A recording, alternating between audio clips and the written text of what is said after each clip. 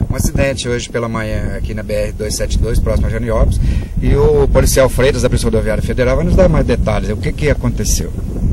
Bom dia, Ari. Segundo o que a gente levantou aqui nesse acidente, a condutora vinha seguindo no sentido do Campo Mourão e perdeu o controle do veículo, bateu no barranco, rodou na pista e parou no sentido decrescente da via, interditando a via parcialmente. Aparentemente a vítima está em algum hospital, foi levada pelo Corpo de Bombeiros esperando atendimento. E assim, uma explicação assim, quer dizer, apenas perdeu o controle, o que pode ter acontecido? Provavelmente a gente vai ver depois com a vítima, mas aparentemente foi uma ultrapassagem, que trata-se de uma reta, né, bem longa, então provavelmente foi uma ultrapassagem, ela não conseguiu obter sucesso e acabou colidindo com o barranco.